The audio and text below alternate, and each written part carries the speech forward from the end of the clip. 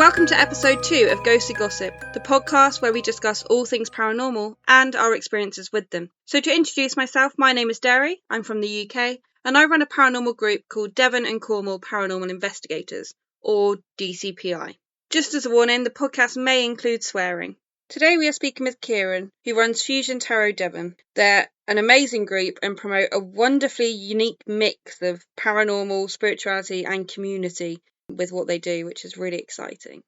Welcome, Kieron. So, how did you get into the paranormal world? What led you to this? What led me to the paranormal world? Essentially, however embarrassing, programs like Most Haunted, Ghost Adventures, all of those good, influential TV programs mixed in with some personal experiences when my mother passed it, and actually a few bits before that as well. So that was my introduction to the paranormal world, and largely through TV, but like I say, mixed in with some personal stuff. Hey, we've all been there. I did used to watch Most Haunted as well, I can confess. I think as kids, our generation did have that quite a bit. I think if your parents kind of watched that kind of thing, like it was about generally when we were younger. Yeah, and however, unfortunately, they had a much wider TV base at the time as well, didn't they? So it was much more regularly available. Oh yeah, absolutely. And the world wasn't so inundated with it either. No, that's it. It was quite bespoke at the time. It was a bit more irregular, wasn't it? It was, yeah. I think that's where quite a lot of us found that kind of like the original places from and maybe like got that initial interest. Yes, yeah, fair point. And let's be honest, the first few series, however much we believe it to be bullshit now, were quite fun. They did get us on the edge of our seats, and for those of us that are sort of interested in investigating, it took us to those places that we wouldn't necessarily get to. Oh, absolutely. I definitely remember various points where I squealed out loud at things that happened on that programme. And they always did a fantastic job at making things atmospheric. Like, you would believe you was in that scene or in that location just through the TV screen. And oh, yeah, you were... captivated me. You were 100% with them, weren't you? You were part of the team when you watched it, which is an incredible skill to have. It is. So, for all their judgment and wrongdoings, actually, I think we all probably owe a little bit to Yvette and the team. And the same for the Ghost Adventure Gang and all just those really publicised TV programmes. Did us all a bit of a favour at the beginning. Absolutely. I think one of my favourite was TAPS, the Atlantic Paranormal Society. I quite enjoyed watching them. Yeah. So yeah, particularly as they was largely American, so they're taking us to places like Gettysburg and asylums and bits that we wouldn't necessarily experience in the UK. Mad situation to be in from a young, let's face it, teenage back in when those were publicised first. A young teenager to see these massive American locations that are full of history and full of drama and murder and all sorts of good shit. It is captivating to watch. Absolutely is. Absolutely is. And where are you now within the paranormal world, Kieron? I run, it's not necessarily a business, but a company, Fusion Tarot Devon, that is, we like to do cost share, and essentially paranormal investigator mixed in with some live tarot sessions. I like to connect people with their history, working with spirit, working with these ancient locations and all sorts of entwined situations, trying to figure out what those things mean to me, but trying to figure it out for other people as well, or help them along the path. Essentially, my ethos for Fusion Tarot Devon at the start was based off of grief. So when my mum passed 10 years ago now, I didn't understand what I was feeling. I didn't understand what was going on in my brain. But what I knew is I believed I had some baseline spiritual beliefs through other previous experiences. So I ended up going to somebody that was a bit of a piss take in the grand scheme of things now, looking back, but in the time claimed to be a bit of a teacher.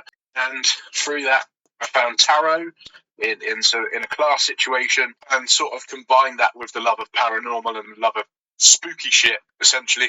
Yeah. So the long way around of where I am now is still learning, still developing what I believe to be real and relevant about the afterlife and about spirit in general, but also trying to develop that sense of community. So we do cost shared locations, so I'll pay out for your or for my public liability insurance, all of that good shit.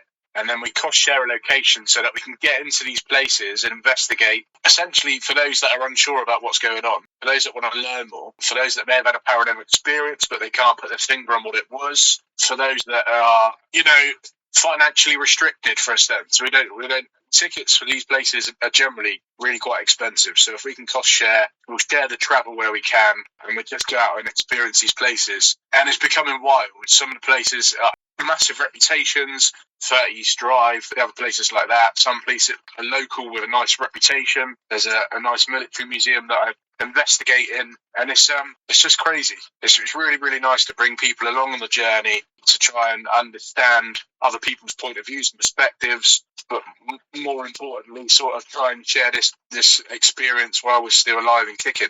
Absolutely, and I love Fusion Tarot's mix of spiritualism and paranormal, and obviously, you know, I've got to investigate with you once or twice, and it's been an incredible experience. And you're on Facebook, like everybody should go and follow. And I mean, your tarot live readings, I mean, you probably don't know this because we don't keep kind of in touch too often, but I had a tarot reading with you guys and Raven's Roost, and I asked you a question about whether I should kind of help me choose a direction in my life, whether I kind of carried on with the 9 till 5 or whether I kind of did what I really wanted to do, which was kind of go to van life and go back to event work. And I had a tarot reading from you guys that massively influenced me, and I am now living that alternative life and has been the happiest year of my life. So even though sometimes maybe you don't get those success stories, you are massively helping people even though you don't know it. So thank you guys for that.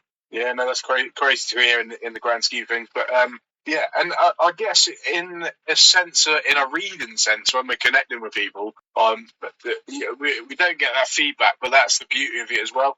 I mean, there's bound to be situations that haven't sort of manifested in a sense, but there's been ample situations where you'll get a message maybe 6 months later, or you'll get it a year later, or you'll just bump into them in the street and they go, do you know what? Whatever that situation was at the time, as something positive's come out of it. And it's not always down to the reading. Sometimes it's literally just sharing life experience, listening to each other, having a general chat. And I think that's always been the ethos of where I wanted to be with my work within it, is be open enough to understand that other people have different experiences and different life skills. So given the opportunity to bring some people together or be part of a situation where people can come together and share it is pretty magic, really. And it is, and it's such, you know, although it's getting bigger, it is a niche hobby, it is a niche area. And I do think that some of the time it's so much against each other rather than the community it should be. Which is one of the reasons I want to do this podcast as well, because we're all sharing similar experiences. We're all out there doing it for the same reason, most of us, which is, you know, to gain evidence or to get closer to our spiritual self, whatever it is. We're all out there for the same kind of reasons, and it's, you know, you building that community is really lovely, and that's how it should be. We should all be helping each other, sharing costs. It shouldn't be against each other, you know. Everyone should be encouraging everyone else. Yeah, most definitely. I do find it incredibly frustrating where there becomes this element of either if it's jealousy or an element of competitiveness, and like you say, we do all the same thing. Where what would be really nice is if we was comparing our experiences in individual locations rather than going, oh, I got this and you got that. We'll go, well, this is an experience that I had there. Let's between ourselves build a log of that so that we can see where that reoccurring experience is or what is different for individuals and maybe why it's different. What is it, a personality thing? Is it the way that people investigate generally? Is it just elemental things like the weather, the moon phase, you know, all these different things, the season? There's so much still to investigate and to learn, and I don't think we're ever going to learn it all, but the idea of a community is that we could share all of that stuff really easily, and you can think of the database we build, it would be mint, but I think people are just apprehensive to do so, aren't they? Yeah, absolutely. But I think that's the way forward. Like, I'd love it. I mean, we've got a forum area on our website, and that's definitely something I want to look at more, is having kind of each location put up so people can add all their own stuff to it. I mean, you know, add your own videos, add your own pictures, what you felt, what you've seen, because you're right, if we could create that database and we can see that consistently in X place, Y is happening every week somebody goes, that's incredible. That's something there that we can really hone in on, we can really focus on. You know, if we're all getting the same name every time, well, why? Let's look at the census, let's look at the history. Why is this name so prevalent? Yeah, that's it.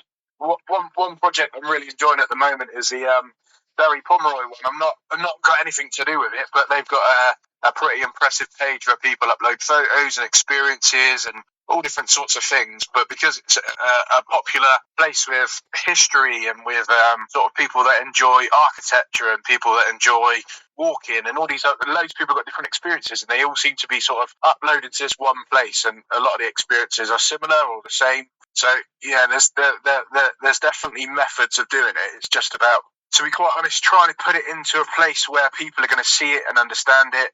And then there's always these different elements of, oh, well, that's something to do with spiritual based stuff. I'm not a fan of that, or that's based around exploration or abexing, all these individual things that people sort of pull to a situation, and it'll be that one thing that puts somebody off posting it. When we bring that unity together and that ability to be able to sort of communicate effectively, it will be so much easier for all of us, I think. Absolutely, I'm part of that group, and I've uploaded a few bits from our investigations at Very Pomeroy, and I absolutely love it. I follow it, so whenever anything new goes up, I get the notification so I can nose at the evidence. That's it.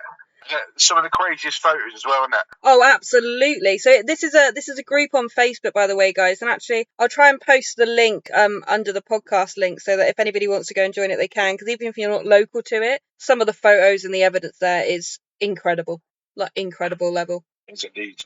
Okay, so talking about places to investigate, what's been your favourite place you visited? My favourite place to investigate is there's a little military collection just down the road, Cobbett and Combat. Essentially, there is a father and son that have built the collection, and they restore vehicles, they do bits for film sets and all sorts of different situations, and between them decided that it'd be all right to let people in and investigate the history of it.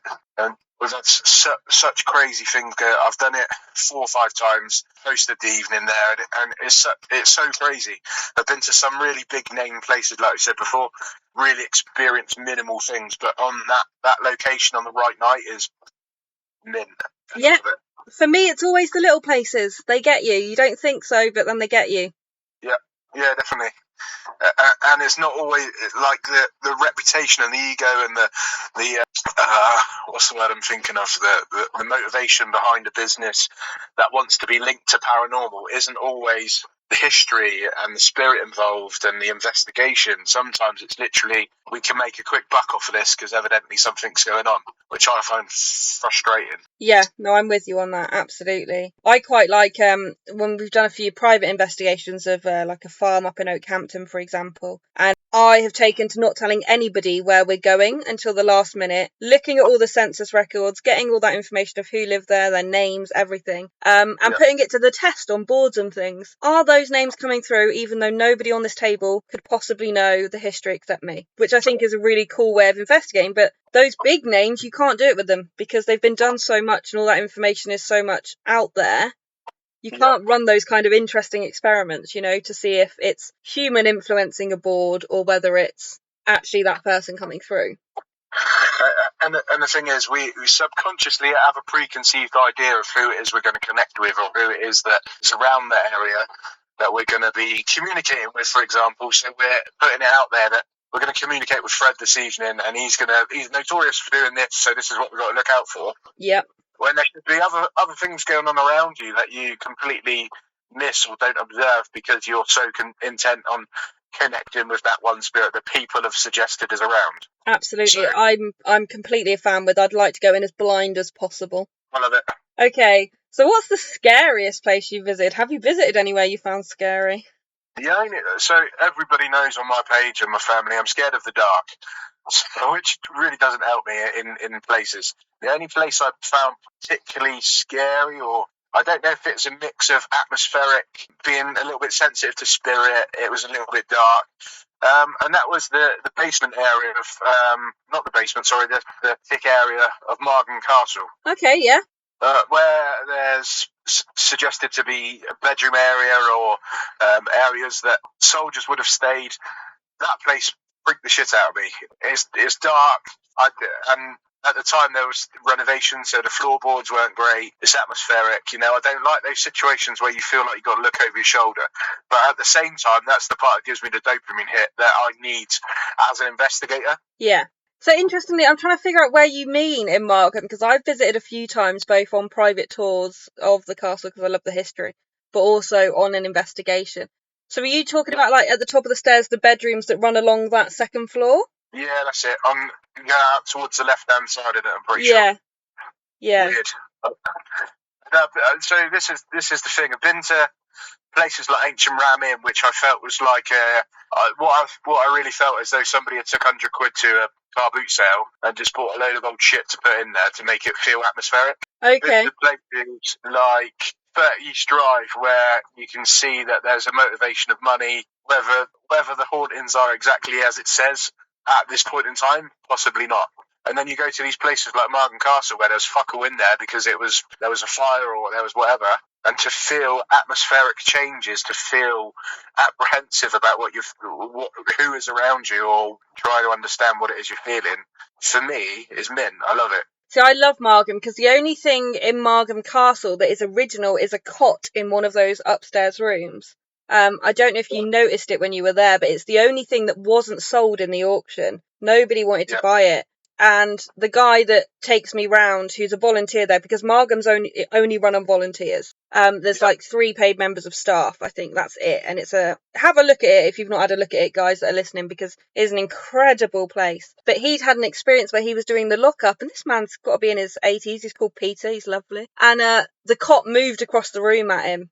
And I spent quite a lot of time in that room when I was there. And I kind of asked about all the other bits in the house because I knew that the cot was original, but where are all the other bits of furniture? And there's not much, is there? No, it's not, no. But it's all donated by people who like Margam. So every piece of furniture that's in there has its own energy, history, and story from those people's houses. Yeah. Which I think gives it a really kind of unique atmosphere because, as you said, it's not all stuff that's just been bought to fill the space. You know, it's not all just always been in that house. It's an accumulation of many different people's energy, history, love put into one room. And I think that really changes the vibe at Margam. It does indeed. And you know what I found my memory of going home is I come out, we go to the car, it's foggy, and they got deer around there as well, haven't they? And random animals. So we're driving through the grounds in the fog with a deer just about peering through the darkness. And that at 2 o'clock in the morning or 3 o'clock in the morning is enough to scare the pants out of most people. So that was like, let's lock the doors, let's go efficiently but quietly out the estate. Yeah, really good fun.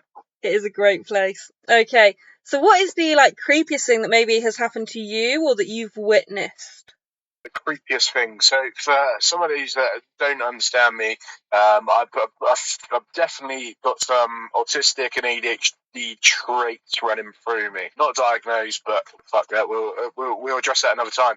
But what I get is quite sensory overloaded. So if there's loud things, if there's situations going on, that the only way I can say it is that I get a rush of energy. So if I've been set up in Holy Trinity in Buckfastleigh, where we've been in the little room, the only one with a roof, not a very big space, and all of a sudden the devices, some of REM pods and K2s and music box start kicking off in circles as if somebody's walking around. There's little plimps in there that used to, I don't know what they were, little stone plimps. And I've got my devices set up around it, and the devices start going off in almost the triangle. So it go K2, REM pod, music box, round in circles every few seconds. So for me, I've got an awareness in my mind that there's the potential to be a human stood outside the back because there's no windows and it's dark.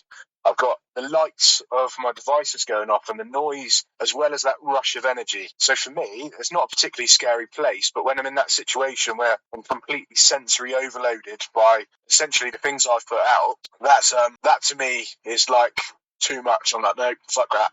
It's time to either turn something off or back off of it a little bit because there's just so much going on that it scares me. Kind of sounds like you start to feel that energy flood as much as the equipment does. Yeah. And it is like that. It's like a rush of energy. When my mum passed 10 years ago, so I've shared this story loads of times, and I love sharing it because essentially this is when I first felt spirit in the sense I've always, I don't say always, I've felt a little bit apprehensive in certain situations that I've not known why. I've felt a little bit defenseless is one word I can say, but not where I felt scared. Well, this time when my mum passed, she lived in a bungalow, and essentially her bedroom was opposite the bathroom. Or her cousin Alan, he's passed now as well. they had a tradition where they would leave the individual past the person that's passed in the house for 24 hours before the undertaker come and picks them up. So I thought, that's fine, we'll go with it. I come out of the bathroom about 3 o'clock in the morning, and like I say, the bedroom is opposite the bathroom, so I know that she's in the bed, and I know that she's passed, and I know that in my mind that means that there's no spirit around, there's nothing more she can give me. Yeah. And outside the bathroom door, I had the biggest chill of my life. It wasn't scary. It was just super atmospheric, as if I'd just walked into her, essentially. Oh, wow. And that is where I put my pants. I went and jumped in my car and ripped up the road at 3 o'clock in the morning and just thought, fuck this, I'd rather be anywhere. And that sounds really horrible, but I'd rather be anywhere than feel that. But then after, and it does happen after, in reflection, in hindsight, I knew that was her, and I thought, that's sort of what you crave again. Now, when you lose somebody, you can't pick up the phone to them, you can't feel connected to them as such, and unless you are of spiritual belief like I am. So that was her last sort of goodbye, behave yourself physically that I felt. Yeah. So yeah, proper weird. And I know that's off on a tangent, but essentially that was the first time I felt that rush of energy, like you was trying to sort of describe. Yeah, but that's great because they say, I'm also a spiritualist. I attend spiritualist church, etc. And they say that there's always a physical sign that spirit is trying to connect with you, and that everybody's got it, but it's whether you pay attention to it and you manage to identify it and you manage to be aware of it. So for me, I get like pins and needles, like really tingly hands and arms, and the more it intensifies, the more that feeling is there, the closer that kind of energy is. So for me, like that rush of energy you're describing, I'm like, oh, that's his personal sign, like spirit is there at that moment. And it's great that you can be self-aware and then know that that's what it's meaning, and to know when it's too much as well. Yeah. Well, absolutely. Yeah, but just that sense. I've come back to that sensory overload where it was like trying to process that grief or whatever's going on, and like I say, you just get that rush of something that I was unfamiliar, but I knew I could feel it, and I knew that something was going on, and I just went, fuck, I need to get out of it. I need to just do something different that takes my mind off it and allow that process to really sink in. Do you think your tolerance to that feeling has increased the more you've become aware and the more you do? But I would say I've never felt it in the same intensity. Yeah. But in investigation senses, that's definitely a tool that I use. Like that, I in my mind know when there's somebody around. In my mind, I can feel that there's a presence, and like you say, it's that same sort of the goosebumpies is the physical reaction, and then you get that wave of energy. But interestingly enough, I work, and I don't know if it sort of desensitized me now. I've worked in funeral care for the last just over a year. So as you can imagine, see lots of past people, lots of people that have died in different ways, and not all traumatic and not all sort of that been peaceful and chilled, and some look like they died in their sleep, and all different situations. I've never, like I say, felt with the same intensity that feeling. It's weird. Probably that closeness with that person as well, though, isn't it? You already have such a deep connection with somebody like your mum that, I guess it would feel a lot stronger. Yeah, definitely. And the thing is, she always said to me before she passed, she had cancer. She knew she was going for a reasonably long time. She goes, I'm going to come back and haunt you. and give the terminology, she always used to say that. And I think what that means is I'm going to come back and visit you. The haunt is something that she would have said because she had her own experiences when she was growing up with spirit. But essentially what she meant is going to come and visit you. And she never fucking disappointed. That's the thing. She's on many occasions come in visitation or come in dreams, and always in my thoughts regardless, and I know that that's how we link together. Yeah, proper showed up on that promise, didn't she? She did. Like I said, the terminology was a bit wrong, but she hit the nail on the head. Okay, so top 5 places anywhere in the world that you would love to investigate. Have you got a top 5? Top 5? I think it's got to be in the Americas, isn't it? Everyone's going for the Americas. I think it's... Do you know what? I'd be so disappointed if you turn up to these places and you'd have an off week, or the energy was just flat, because the publicity. You look at the Conjuring House, you look at Lizzie Borden, you look at all these other massive names. Can you imagine how disappointed you'd be if you turned up the Zach Bagans Haunted Museum and it's just dead on its arse? All you got was the flash of a cat ball. Yeah, that's it. And that's the reality. So we were looking forward to. I was personally looking forward to 30 East Drive. and I have done for ages, and I booked it up, and we was buzzing to go there. But the travel was fucking horrendous because there was bad roadworks and stuff, so it took 7 hours to get there. We got there around 6 o'clock, investigated through the night. Some of us actually went to sleep, managed to get some sleep, quite comfy and quite reasonable amount of sleep, and then drove back. But when you look at the evidence that was caught on that evening and the experiences that we had done that evening, there's fuck all there. And we go, was it an off night, or was it just environmental, or was it the fact that the travel was so much that our energies weren't in it completely? I don't know. And the thing is that so you think of top fives, which to accommodate and account for to make that a completely awesome experience. So if you go to Americas, yeah, there's a bit of travel, but you're there and you're living the dream. Yeah, no, I'm totally with you. I'd love to do. I want to call it Leek Castle, or in Ireland. I can't remember what it's completely called. You must know. Not off the top of my head. I'm sure it's Leek or Lee Castle, something like that. It's the devil was supposed to have gone and played poker and left tooth mark. It's supposed to be a baby buried in the wall somewhere. Leap Castle, Ireland. Yeah, sounds right. I'd love to go there. Hellfire Caves in the UK. I need to get there. For some reason, I've got this desire to go and figure out what the fuck's going on there. So that's on my bucket list or to-do list for definite. I'd love to go and spend some time, although I'm sure it'd be unachievable at this point. London Towers. Can you imagine? Oh wow, yeah. The intensity of energy, the history, the relics, and all the tradition stuff that still happens there now. Yeah, absolutely. That would be an incredible place to investigate. I visited there so much as a child. I loved it. I'm still, to be fair, quite obsessed with it. You know, if there's any documentaries, things like that, like I'm always straight on them. I've got a few old guidebooks as well, like from like the 70s and 80s and stuff. Nice. From the Tower of London as well, and places like that. But yeah, that would be an incredible place. Yeah, there's only one other place that I'd like to investigate, and it's mainly to do with the history, but also experience as a kid, and that would be Guernsey. There's loads of sort of Nazi caves, and not caves necessarily, but like underground shit, and big museum there with prison cells and stuff. I'd love to do an investigation there, but I think it'd probably be my last one. Do you reckon? Yeah.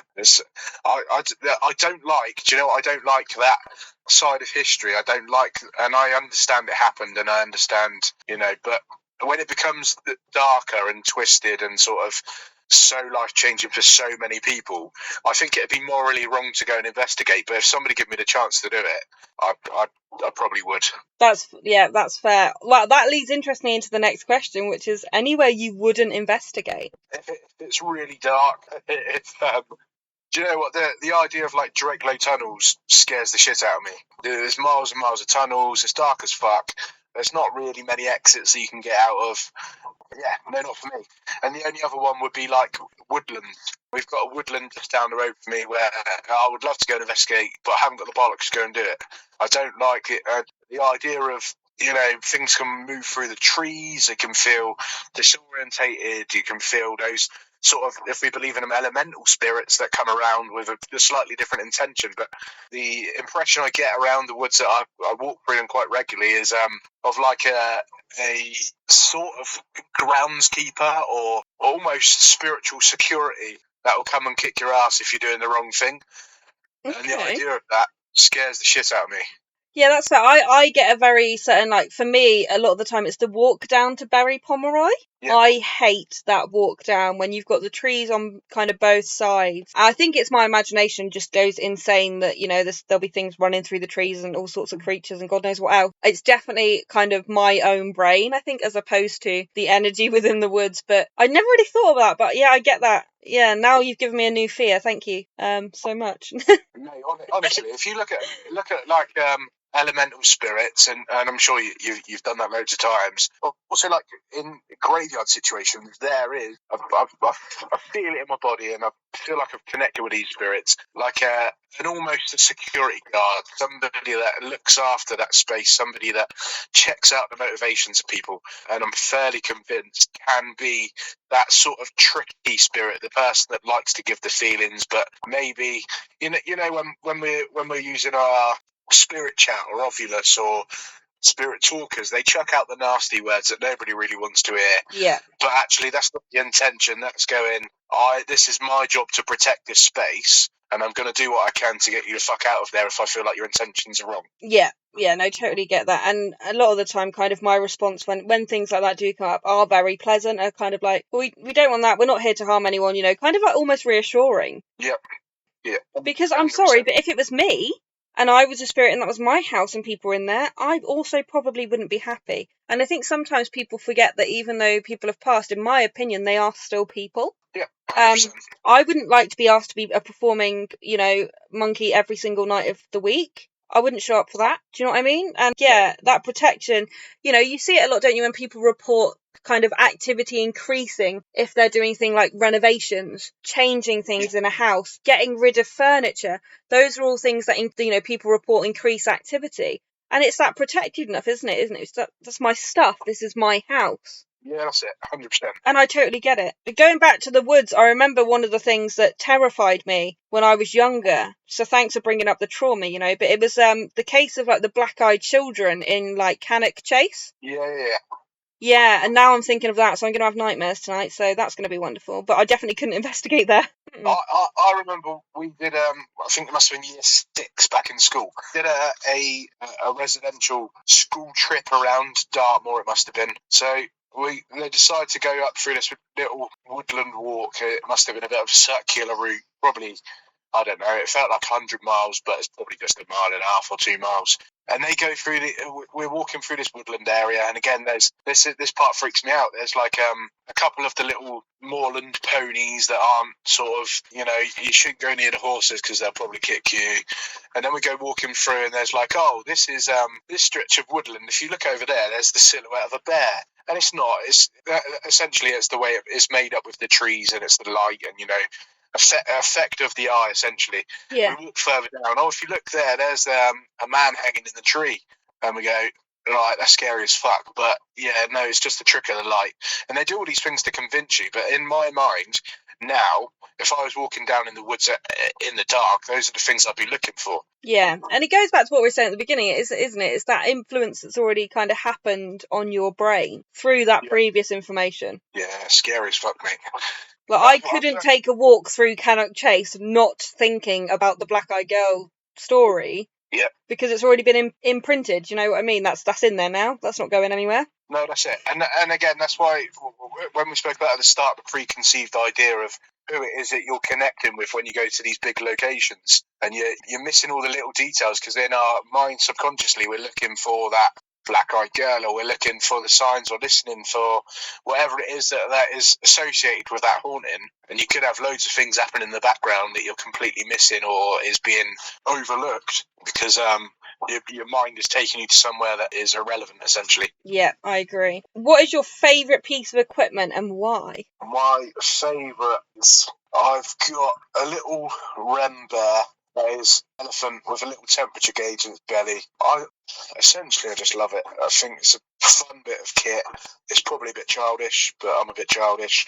I like elephants, and it lights up pretty colours. It's been, I try and debunk it every time. It's been for repairs. It goes through phases of needing new batteries every other day when I use it, because it's just never let me down. And I try and debunk to the point where I go, right, let's get a new batch of batteries. Let's get different brands. Let's change the temperature probes. Let's do as much debunking as I can. It just never, ever disappoints. That's awesome. That's really, really cool. You're trusting that bit of equipment. Yeah, well, that's the thing. I really don't trust it that much, because I keep changing everything out, and it just doesn't disappoint. And because I think in my mind, because it's shaped like an elephant, and because it's not the conventional little box with LEDs in it and an aerial, it sort of draws the spirit in a little bit as well. Totally with you. Relevant trigger objects are so important, I find. Like, I will not go to a hunt in a jail without taking relevant things like a pair of handcuffs. I won't go and visit somewhere I know has got children without taking things like wooden cars, building blocks. Yeah. Because relevant, I'm sorry, but if you're from a period where there wasn't really electronics, looking at a traditional REM pod must be terrifying. It looks like something an alien has created, I'm sure, because they're not used to seeing that. But like old phones, things like that, for me, those are the equipment that go off more, because they are a familiar object. Most definitely. I'll do lives from my shed. I did have an old shed that I love, but it started becoming like more reliable than a chocolate teapot, just about. So we bought a new shed. But I've got in here, I like old shit. We've got an old 100-year-old phone, or 100+ years old phone. We've got old military post box type things, and berets, and little bits of shells, and serial killer letter, essentially just like weird shit. And it is only for that basis, not because I feel like they've been touched to by the devil, or they've been sort of, I don't know, molested with, just because the idea that at some point I'll go to somewhere where that thing's going to be relevant, and it may well spark up a little bit of interest, is why I like it. Yeah, absolutely. Those relevant trigger objects are really, really important. And I use them all the time whenever I'm on a hunt. I like to take something that will be relevant. For example, whenever we go to like church, we've handmade like a wooden cross that we'll take with us. Because it's something that you're going to feel familiar with, you know? Yeah, that's it.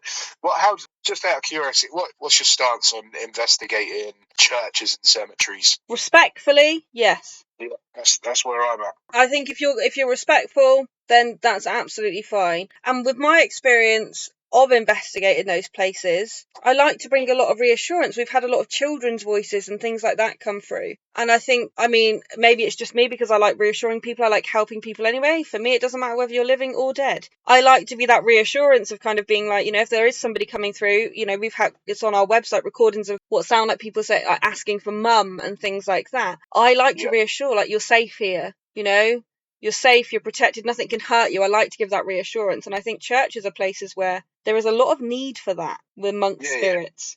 100%. The things I really like, I don't know why, but I've been drawn to the churches. And I do know why, most of all because of the architecture, because the history is largely unchanged, although a lot of it's been painted over or whatever.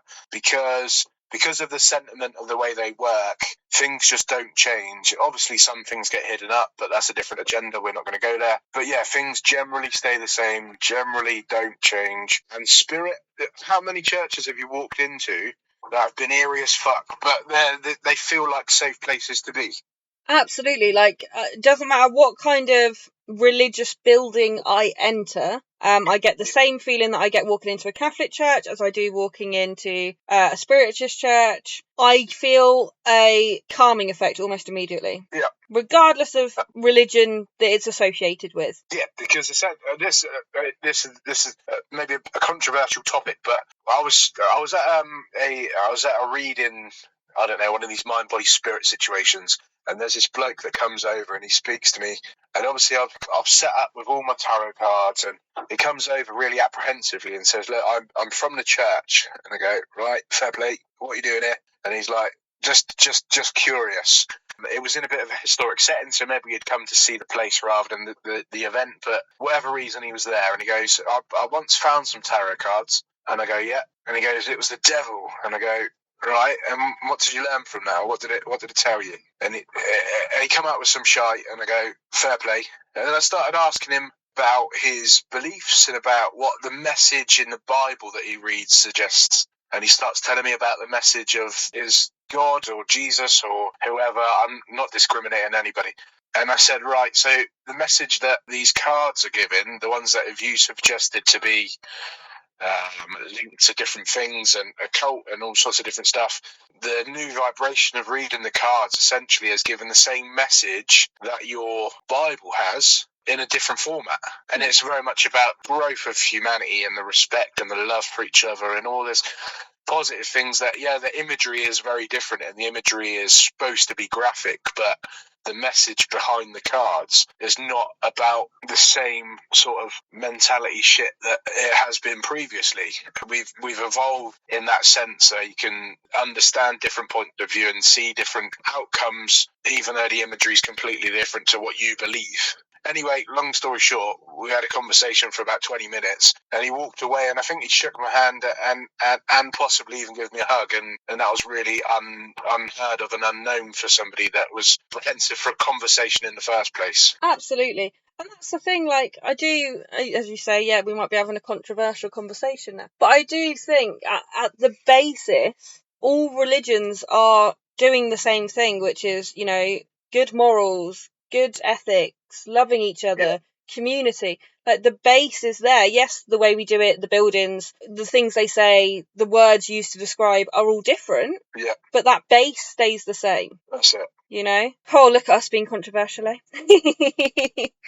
No, I don't mind it a bit because, like I said, I work in funeral care, so we're in and out of different churches and crematoriums and really old settings and quite modern settings, and there's celebrants that say a message, and there's deeply religious services with prayer that say a message, but actually you take the filters of the words out and the message is the same. Yeah, absolutely. I'm totally with you. Okay, so what is your goal in hunting the paranormal? Like, what would you like to achieve from this? Is it evidence? Is it experience? Is it what? I think this is the ADHD part of my brain that thinks that what I'm chasing, what my goal is, what my ambition is probably actually to feel connected to something, quite like when my mum passed. And I know that that's going to be difficult to replicate and difficult to understand in a sense, but I know that it's there, and I know that that's something that can happen. So now I'm going, right, so that's my personal gratification. But then we go, is that what the spirit want? And the grand scheme of things, it's probably not. So my ambition for spirit is to help connect, help communicate, help reach the place they need to be. If it's a part of reassurance, it was a part of trying to understand where they've gone and done different things in the physical life that then need to be sort of addressed in the second part, in the next phase of life, then that's brilliant. That's what I'm going to try and do. But also with us humans that live in that grief process, I really want to try and figure out a system, a method, and I know they're probably the wrong words, but a way of helping soothe that grieving pain just by the reassurance that, just because we're physically gone doesn't mean that we're completely unattached to that individual. Yeah, absolutely. And what lovely goals to have. What I do like is you're my third recording now, and not one person has said that they are after money, fame, anything like that. Everybody has been like evidence, feeling, connection. Yeah. And I hope that trend continues the more people I interview for this. Absolutely. The thing is that because we've got an awareness of media, we've got the TV, we've got the internet, we've got all this other shit that, we in the grand scheme of things, we've seen when people get greedy, we've seen when things get wrong. It's such a difficult and unknown sector to be involved in.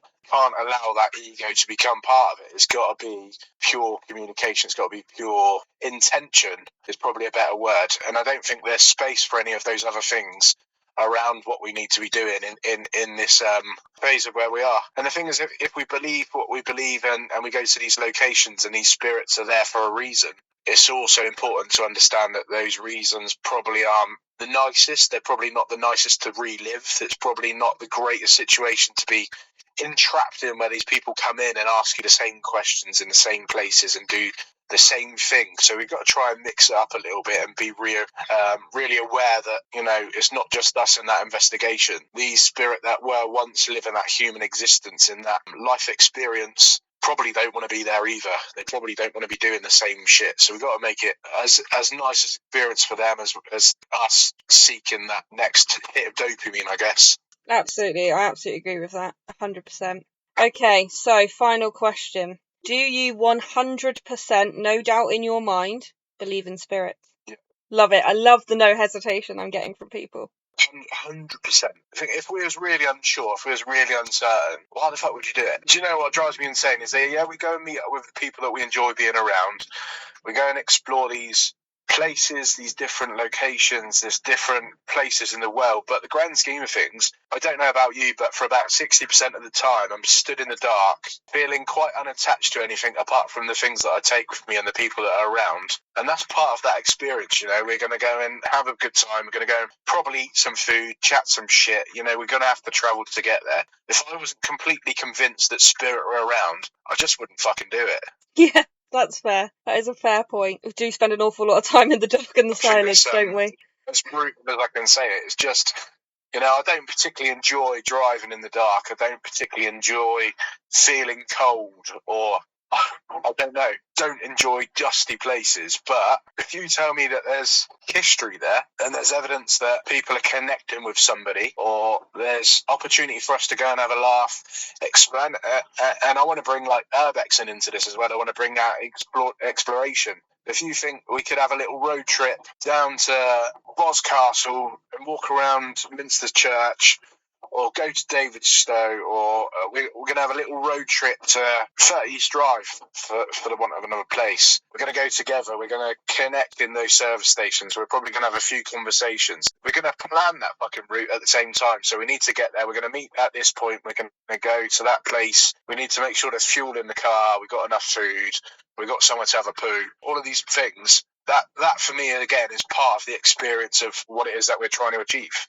Yeah, it's that human connection side as well, isn't it? You know, it's being around people that are interested in the same thing, being around like-minded people, and even not even like-minded people even of different opinions, exploring other opinions, reasons, beliefs, all those things. Yeah, that's it. In the grand scheme of things, we're all there for the one reason. How many places, you know, we might go to work in the same place, but our motivations might be different for that. Like, I might need money, you might enjoy the job. Essentially, we're there for a reason to get the job done. Where this is, you've got an option to go and do these things that, you know that you might have a flat night. You know that it might be cold.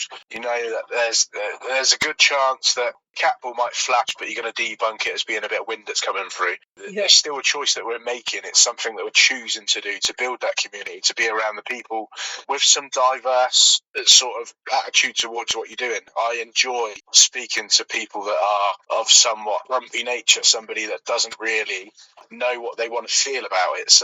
Because how much debunking is that person going to do? How much thought process is that person going to go through before they go, oh, well, actually, I feel like I've connected with spirit, or I feel like I've seen a ghost, for the want of another word. Yeah, I do always find it interesting when they're skeptics. Yeah, that's the word I was looking for. Definitely skeptic. But there must be something in their brain that's intrigued them enough to be able to go, yeah, I'm really skeptical about this, but I'm going to attend. I'm going to make it there. Yeah, there's got to be some element of openness, isn't there? Because you just wouldn't do it if it was a downright, I don't believe that exists, I don't want anything to do with it. You wouldn't be at an event. You wouldn't be trying, would you? There's got to be something in there that goes, maybe. It's not something that we necessarily have to do. It's not a commitment in life, but when you sort of are open enough to be able to see or feel like there's something around and want to explore that, and there's other people that want to do that with you, like I say, it's a good opportunity to sort of bring people in. Absolutely. And the friendships I've made through doing paranormal investigations are incredible. I still laugh at that evening that we went out to that dodgy old building. There must have been 4 or 5 cars and no illegal activities happened, but police that come flying down the road as we all left the building. Yeah. Were hilarious. I mean, that would have been my scariest place. purely the anxiety of them coming down that street and going, oh no, what have we got in store now? What's happening now? Yeah, and great. There was the police, I'm sure it was that time, there was a police car at the top, wasn't there? Yeah. And then there was another 3 or 4 come flying down the road, blues and twos. And you go, oh shit, well, we haven't broken anything, we haven't robbed anything. And yeah, we maybe not had to be there, but there must have been 4 cars there that night, wasn't there? 4 or 5 cars.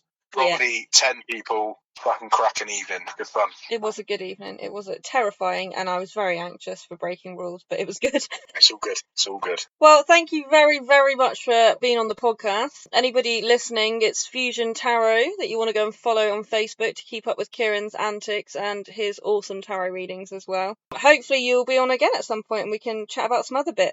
Chat about some other stuff and just, yeah, it's good fun. Thanks for having me on. Thank you for coming on. Thank you for those that have listened, and hopefully you'll join us again for another podcast soon. Right, bye everyone.